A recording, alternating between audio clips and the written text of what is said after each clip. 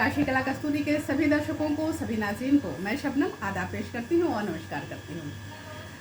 आज वर्ल्ड योग डे और वर्ल्ड म्यूजिक डे है, यानी विश्व संगीत दिवस और विश्व योग दिवस है और पूरी दुनिया इसको मना रही है।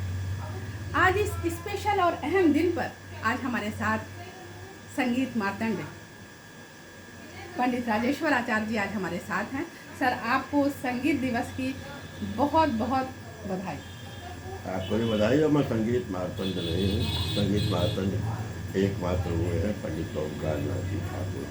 लेकिन आप उसी परंपरा के हैं और इस वक्त तो आप हैं, हम उस वक्त को नहीं कर सकते, लेकिन इस वक्त में आप ज़रूर हैं। वो आपकी एक यूँ कहें कि आप एक बहुत डाउन टू अर्थ इंसान हैं, इसलिए इस तरह से बोल रहे हैं। खैर, तो आज मैं, चूँकि आप संगीत वाले भी हैं और आप जैसा कि आप देखिए आज वाइट शर्ट भी आपने पहन रखा है और ये भी योग वाली ही लग रही है मुझे।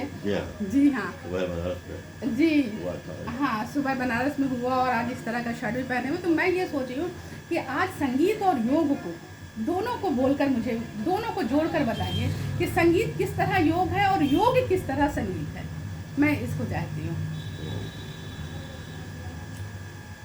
योग बड़ा व्यापक क्षेत्र है और अब पूरा विश्व इसे स्वीकार करता है। सारे धर्म, सारे दृष्टिकोण, थोड़ा सा तेज बोलिए, सारे इज़म सबको लेते हुए संगीत इतना व्यापक हो चुका है कि अपनी अपनी दृष्टि से, अपनी अपनी सुविधाओं से सबने, और यह सार्वभौमिक है। सार्वभौमिक से मतलब है नेचुरल स्केल जो संगीत का है। पूरा जीव जगत जो पृथ्वी पर है वह पीड़ा की, खुशी की, ये सारी आवाज़ें एक हैं। आप ये नहीं कह सकते कि थोड़ा सा अंग्रेजी में हंसिए या थोड़ा सा अंग्रेजी में रोइए, इसका अनुवाद नहीं होता और संवाद नहीं होता इसका। मैं चिल्ला के नहीं बोल सकूँगा, मैं इतना ही बोलूँगा। आगे कर लीजिए उसको, बोले सर आगे करेंगे तो फिर हम लोग। तो इस दृष्टि से क्षिति, जल, पावक, गगन, समीरा, ये पंच तत्व की जो बात कही जाती है उसमें से बहुत से तत्व ऐसे हैं जो समाप्त होते हैं उसके रचने के बाद, किंतु इसमें से नाद तत्व जो है आकाश तत्व है। आकाश अनंत है, अनंत है इसलिए अनादि भी कहा जाता है। जो खत्म नहीं हो सकता उसकी शुरुआत का प्रश्न ही नहीं उठता। तो सारे ग्रह, नक्षत्र, पिंड जो है, नवग्रह का गुम्फन है, उसके बाद फिर ऐसे ग्रहों के जो झुंड है, वे निहारिका है और फिर अनंत आकाश है। तो एब्स्ट्रैक्ट में कॉन्क्रीट है, कॉन्क्रीट में एब्स्ट्रैक्ट नहीं होता, इसीलिए नाद अनंत है। इस नाद में ही पदार्थ का की निर्मित होती है और सब एक एक दूसरे की गति से संयमित होकर संचालित होते हैं। तो पंच तत्वों का जो योग है वही जीवन तत्व है, वही शरीर है, वही मैटर है। तो इस दृष्टि से इस योग को जानना, ये युक्त होता है, जुड़ता है तो आदमी अस्तित्व में आता है और बिखर जाता है खत्म होने के बाद, तो इसी में नाद मिल जाता है। इसीलिए उपनिषद में कहा गया है कि यह नाद रचित व्यक्ति नाद, आहत नाद के द्वारा नाद की उपासना करता है, फिर अनाहत नाद प्राप्त करता है, फिर मोक्ष हो जाता है। तो मोक्ष के बाद फिर वो क्या करता है? काम रहित, कार्य रहित तो हो नहीं जाता। फिर लिखा है वो आप मुक्त होने की प्रसन्नता को व्यक्त करने के लिए साम गाता है। अच्छा। तो नाद से, नाद में, नाद का यह अनंत चक्र आवर्तन जो है नादमय है। तो ये योग वियोग की कथा भी सृष्टि की जो है वो संगीत है। अतः इन्हें विभिन्न मुद्राओं से, विभिन्न अवस्थाओं से कैसे प्राप्त किया जाए, तो जरा सा इंग्लिश को थोड़ा ज़्यादा समझदार मानने की प्रवृत्ति है लोगों की। तो अचानक आवाज़ होती तो आप आकर्षित, तो कहाँ से आवाज़ आई, कैसे आई, तो आपको अट्रैक्ट की आवाज़ में, अट्रैक्शन। फिर आपने ध्यान दिया कि आवाज़ किससे, कहाँ से, किसकी है, तो वो बन जाता है अटेंशन के बाद कंसंट्रेशन। जब कंसंट्रेशन हो जाता है तो उसके बाद बन जाता है मेडिटेशन। मेडिटेशन के बाद जब आप उसमें अन्य चीज़ें प्राप्त करने लगते हैं, अपनी दृष्टि और दृष्टि में अर्थों की सृष्टि, उसके मूल अर्थ की वृष्टि जब आप देखने लगते हैं, तब वह डिवोशन बन जाता है। फिर ऐसा मिशन आपको क्रिएशन की ओर ले जाता है। जैसे कुछ देख के बताते हैं कि इतना बड़ा था, ऐसा था, तो ये आपकी मुद्राएं बन रही, उसको बताने में। तो उस असीम संसार की सीमा में जो घटित हो रहा है उसकी तरफ ध्यान जब आप देते हैं तो कुछ दिखाई पड़ता है। इसलिए मैंने कहा अट्रैक्शन, कंसंट्रेशन, मेडिटेशन, फिर डिवोशन और उसके मिशन को प्राप्त करके क्रिएशन होता है। तो नाद से आकर नाद में चले जाना, यह योग। और उसे प्राप्त करने के लिए जो शरीर हमारा है, इसके अंतर्निहित जो शक्तियां हैं उनको प्राप्त करने का प्रयास जो है वो योग है। सांस हम ले रहे हैं, सांस के बिना हम समाप्त नहीं, उन सांसों को नियंत्रित करते हुए इनमें निहित जो शक्ति है प्राप्त करना प्राणायाम है। इसलिए हम सांस खींचते हैं, रोकते हैं कुंभक, छोड़ते हैं तो रेचक। तो संगीत का तो यह अनिवार्य है। योग जो कुंभक प्राणायाम है, रेचक क्रिया जब होती है, रेच तो कुंभक, और ये दोनों आवश्यक है संगीत के लिए। इसीलिए इसके बृहद तत्व को शरीर आपके पास हमारे पास है, लेकिन उसका अध्ययन करके एक चिकित्सक बनता है, सर्जन बनता है, मेडिसिन आपको देता है, निदान करता है।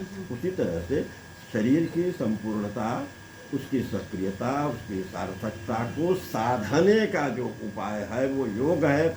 योगासन को ही लोग योग मान लेते हैं, प्रक्रिया को, लेकिन उन आसनों के द्वारा अपने शरीर के पूर्ण सामर्थ्य को प्राप्त करते हुए उसको सतकार्य करना, ये संगीत और योग का आपस का अभेद संबंध है। दोनों एक दूसरे से जुड़े हुए। क्योंकि जब जाहिर सी बात है जो आपने कहा ना कि जो साधना करते हैं, योग में भी साधना है और संगीत में भी साधना है, और उसी तरह से एक मेडिटेशन की जो आपने बात की, फिर उसके बाद क्रिएशन हो रहा है। जाहिर सी बात है जब हम मेडिटेशन मैंने किया तो वो क्रिएशन के रूप में हर चीज़ भी हो सकती है, और जिसमें संगीत भी अहम है कि, और सांसों के लय पर तो देखिए योग भी लय पर ही चल रहा है, और हमारा संगीत भी लय पर ही है।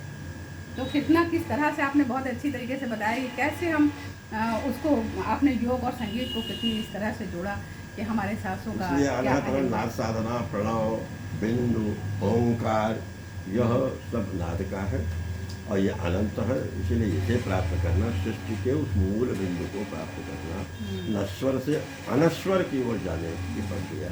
तो दोनों अगर सांस के जो हम लोग सांस भरते हैं, सांस छोड़िए, फिर से जो है फेफड़े को एकदम फुलाइए, फिर ऐसे करिए, उससे ये होता है कि जब गायक जब गाता है तो उस सांस का बहुत उस पर असर पड़ता है, फिर वो परफेक्ट हो जाता है प्राणायाम के थ्रू। इस तरह की चीज़ें, और इस तरह अगर कर रहा है तो अपने आप वो प्राणायाम भी हो जा रहा है।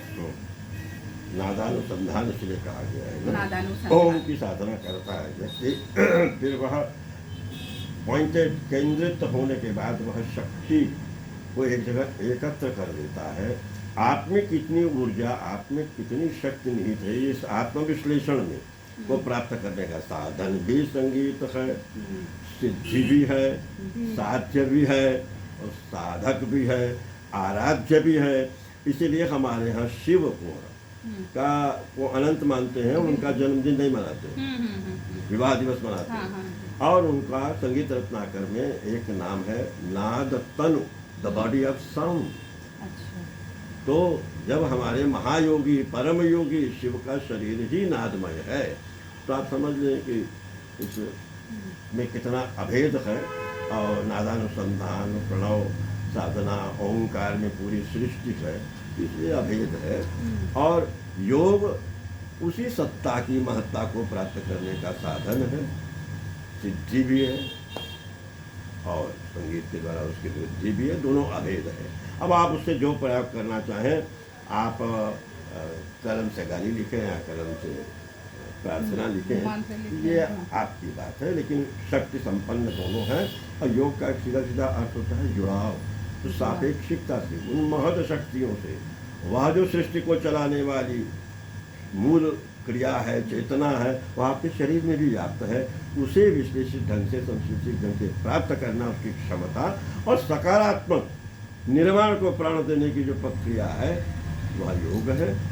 आप उस महत सत्ता से बनाए हुए उपकरण हैं, अतः आप अंतःकरण में उसके मूल बिंदु को जानेंगे तो अनहत नाद सुनाई पड़ेगा जो सृष्टि को और इसीलिए प्रकृति ने नियम लगा दिया है, सत्ता महादेव पृथ्वी अपने अक्ष पर जो घूम रही है वो भी एक लय में ही है। बिल्कुल साहब। उसके बाद वह सूर्य का भी चक्कर लगा रही तो कितनी आवाज़ होती होगी। तो इसीलिए यह नाद सत्ता ने सबकी क्षमता की है कि इतने के नीचे और इतने के ऊपर नहीं सुन सकते। तो यह प्रकृति का जो महायोग है वह है संगीत। और उससे जब आप जुड़ते हैं तो आसन करते हैं, शरीर की शक्ति को जानते हैं, सामर्थ्य जानते हैं, उसके अधिकार को जानते हैं। फिर उस भेद को जानने के बाद आप उस एक्यूरेसी को, शरीर जिसे संचालित है उसे जब जान जाते हैं तो उसके मूल प्रयोजन को समझते हैं, तो फिर एक्यूरेसी से परफेक्टनेस, पूर्णता पर आपकी सिद्धि, शुद्धि की सिद्धि होती है। फिर उसमें वृद्धि होती है, प्रसिद्धि तो अपने आप आती है। सही बात है, प्रसिद्धि तो अपने आप आती है।